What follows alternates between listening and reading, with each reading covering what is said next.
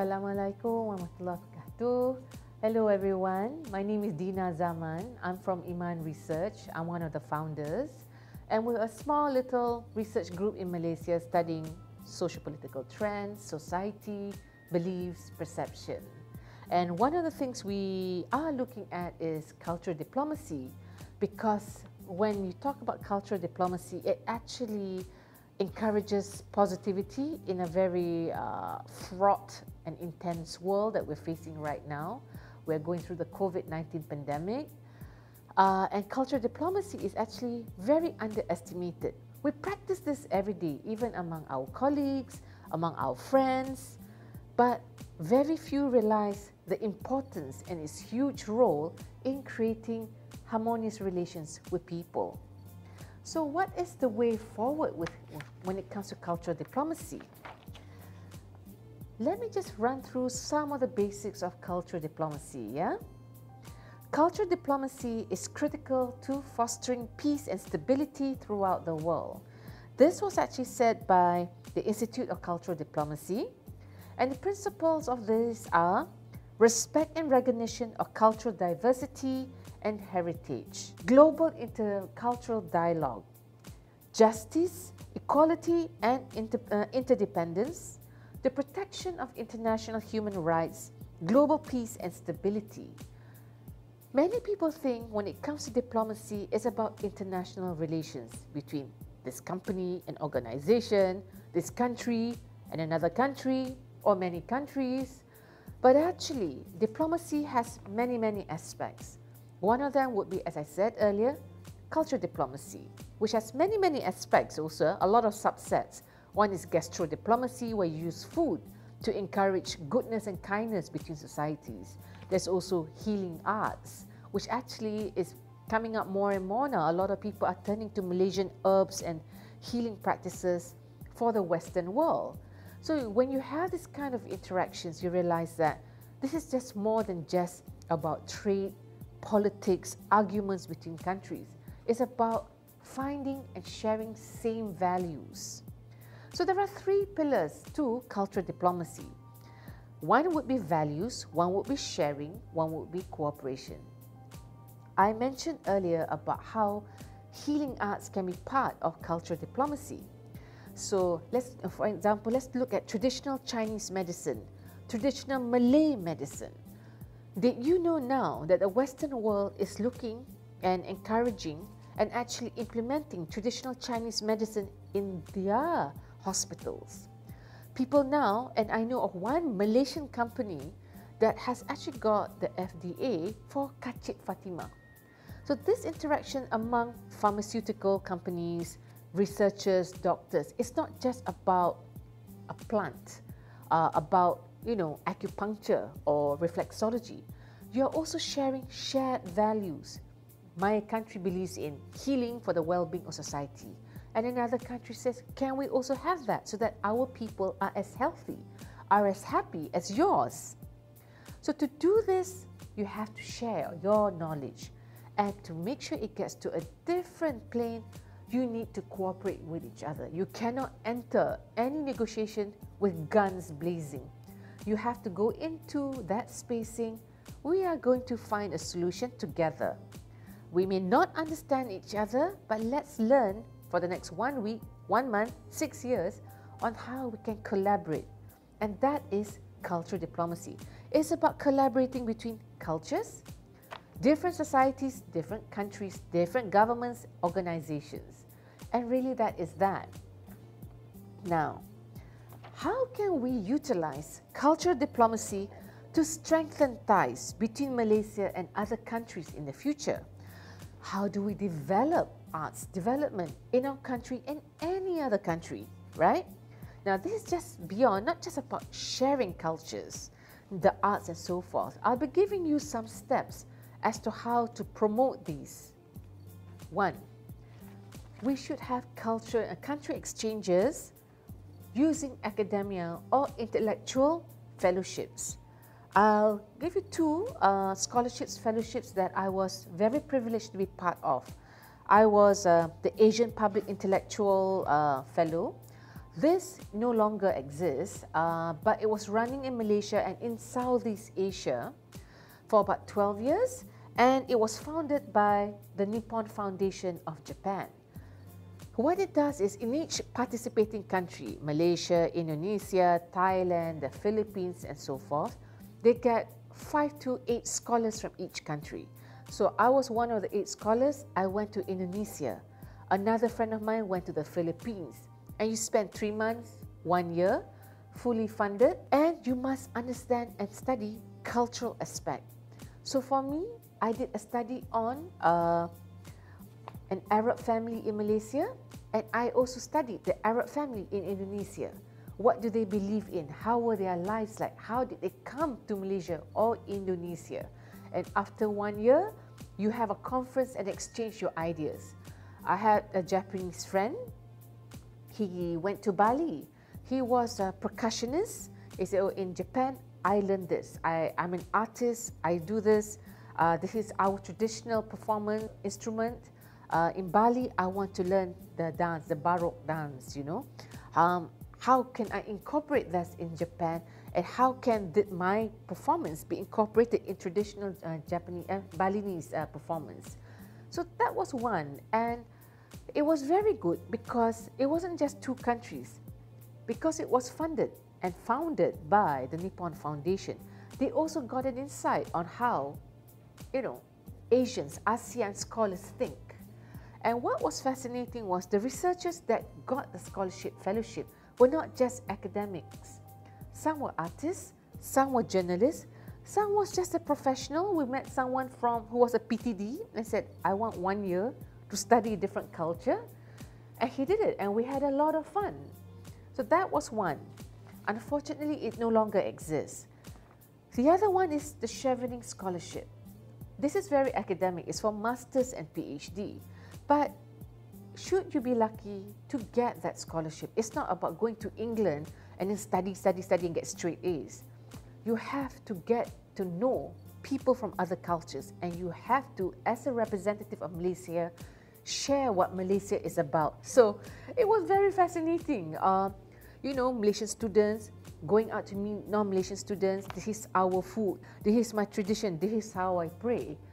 When you have this kind of exchanges, you know, these are the things that may happen, right? 1, original, innovative research, inspired and shared by participating countries.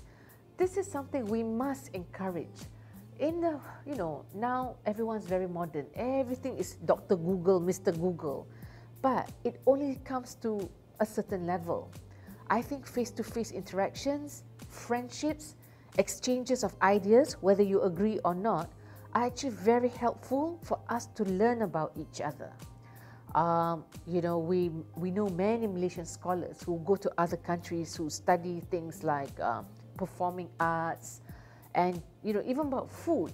And you realize this goes so far. People realize Malaysia or another country is not just about their, you know, their trees, about their, you know, their culture or their language. There's a lot more to that. Cultural exchanges actually help you share values of a country and yourself with other people. This is very, very important. The internet and budget airlines, so I don't know whether they still exist during COVID, while it has democratized many exchanges, we still don't really know a lot about each other. We still fight on Facebook, we still argue. And this is not healthy for a country. This is not healthy for anyone to have that kind of negativity. So we must pursue this. We must share our values. Friendships and networks are made and maintained. I think in the time of internet, friendships and networks is very touch and go. Hello, hello, goodbye, on Twitter, on Facebook. So, but you don't meet these friends. Cultural diplomacy actually forces you to get out from the social media, internet world to say, okay, I have to engage with a country or organization or a person of a different culture from mine. I better have, you know, all the goods on hand. We need this. Real life insight on different cultural mores. I'll give you one example. Many years ago, I was based in Sarawak. I wanted to study how the indigenous people, the orang asal of Sarawak, practice their religious faith, yeah, and their rituals. They were very respectful. They asked me, kamu orang Melayu, Islam? And I said, yes. Okay. They went to the market to get halal chicken. So I thought, wow, this is so wonderful. And we spent one night talking. I said, okay, why do you eat halal ayam? You know, halal chicken. And I said, okay. And I said, why do you slaughter, you know, wild boars for your rituals? And it was very fascinating. But having that sharing, at the end of it, everyone said, this person said to me, at the end of the day, kami bertuhan. And I thought that was a very, very beautiful way of learning about each other's culture. We actually have many things in common. Just that we have to be a bit brave lah. You know, I stayed for 10 days in a rumah panjang. I had many adventures. I almost fell down from a tree. But I thought, this is one way to learn about my own countrymen. And I will never, never give that kind of experience up. It's fantastic. It also, cultural diplomacy, through country exchanges, through fellowships, intellectual exchanges, actually fosters leadership skills.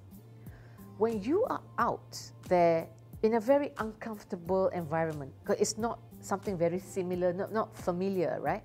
You have no choice but to stand there, okay, I got to be very strong and brave here. I have to stand my ground.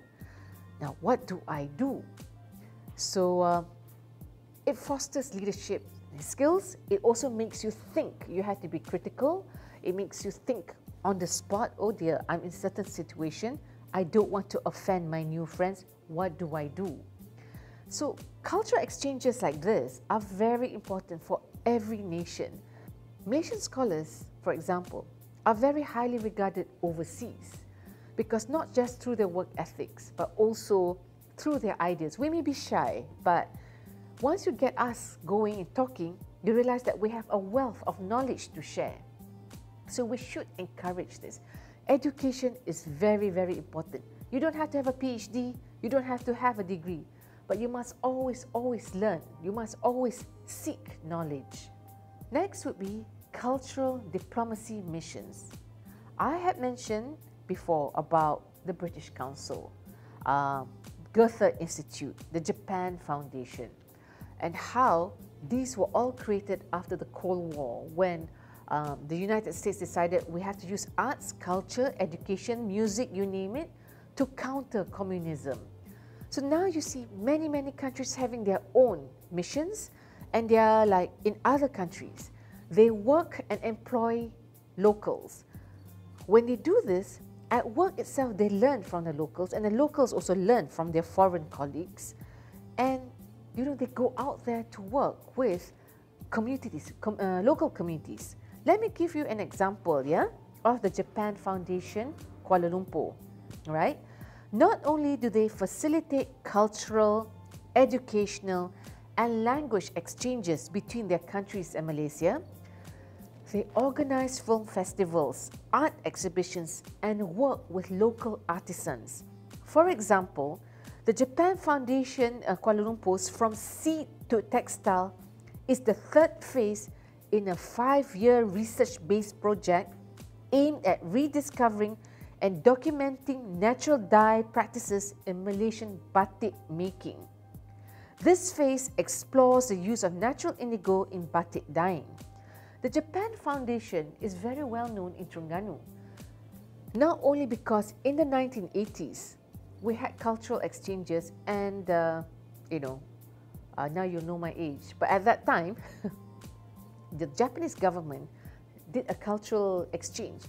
In Form 4 and Form 5, you had to learn either Japanese or Arabic or French, you know?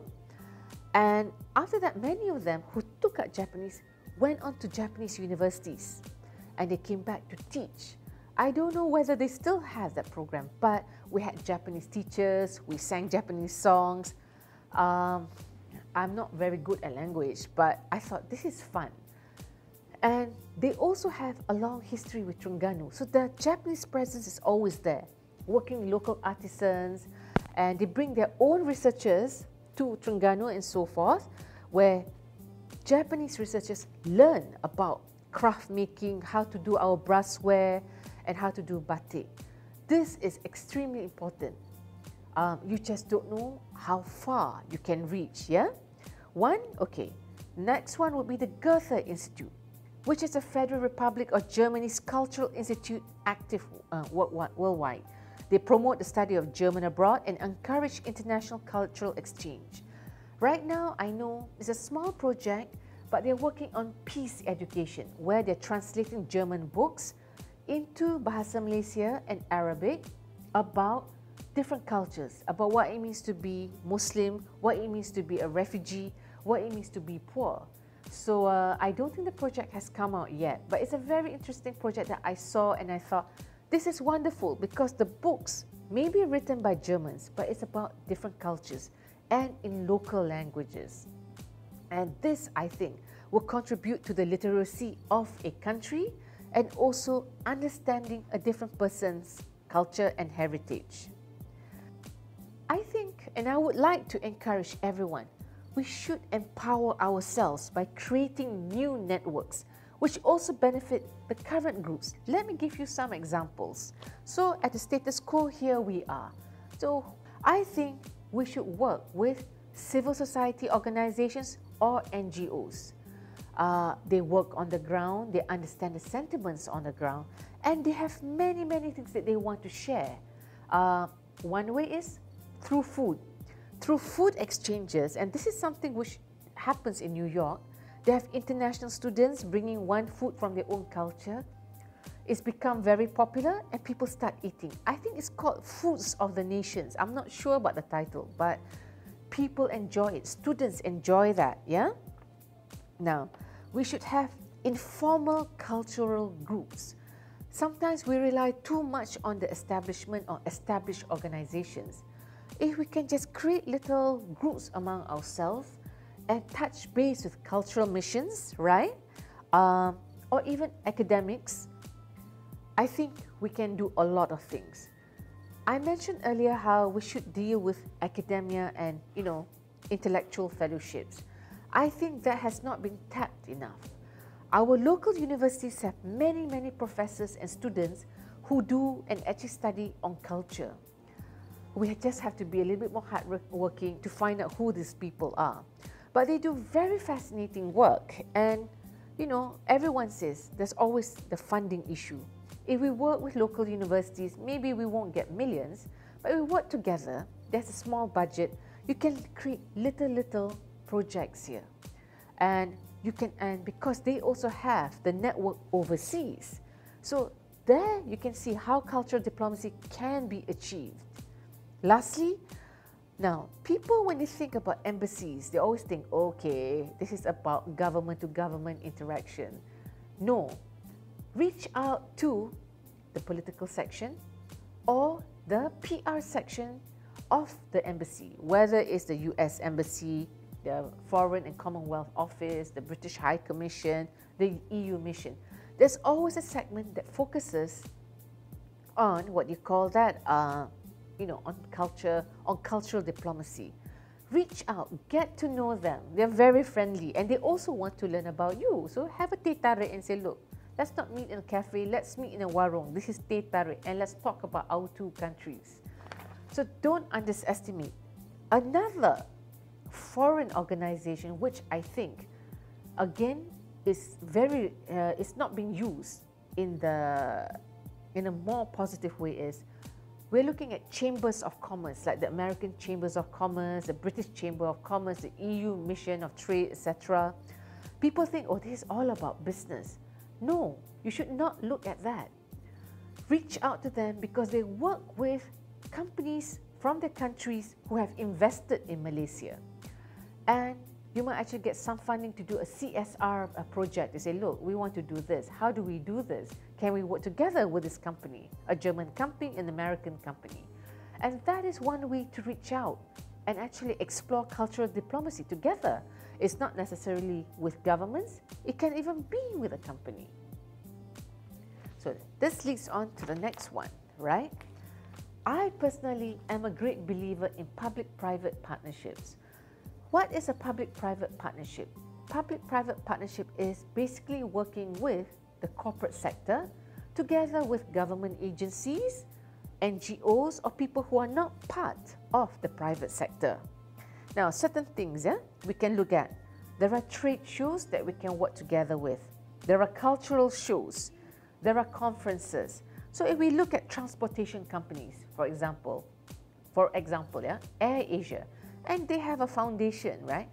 Approach them and say, look, can we do this thing? Can we work together so that we can do some exchanges between a certain destination that Air Asia flies to and Malaysia? That is just one example. Another one is we can look at CSR projects. A lot of people think CSR projects is planting trees, donating to orphans. Be creative. Do something a little bit more than just, the normal stuff. Another one is, I think private companies always look at the bottom dollar. Is this going to make me money or not make me money? But tell them, look, do you know cultural diplomacy? If you invest in this project with us, it actually increases your profit because it shows you believe in diversity, you believe in sharing knowledge with each other. And the fact that you are, let's say the logo of the company, right? When people look at that, they say, wow, they're very, very progressive. They're very good. They support certain things. So don't look at companies as, they're capitalistic. Work with them, talk to them, and befriend them. I've spoken quite a bit today about cultural diplomacy. I feel we haven't explored enough about cultural diplomacy. We can do so much more. We just need to be creative. I think also we need to be targeted in how we approach because there's so much to do. I've given you tips on how we should approach certain organizations like the embassies, trade chambers of commerce, NGOs. There's a lot to do, but the world, while it may be small, is actually very, very big. And I think we should invest in cultural diplomacy to learn about each other so that the world is safe and secure and we all live happily ever after.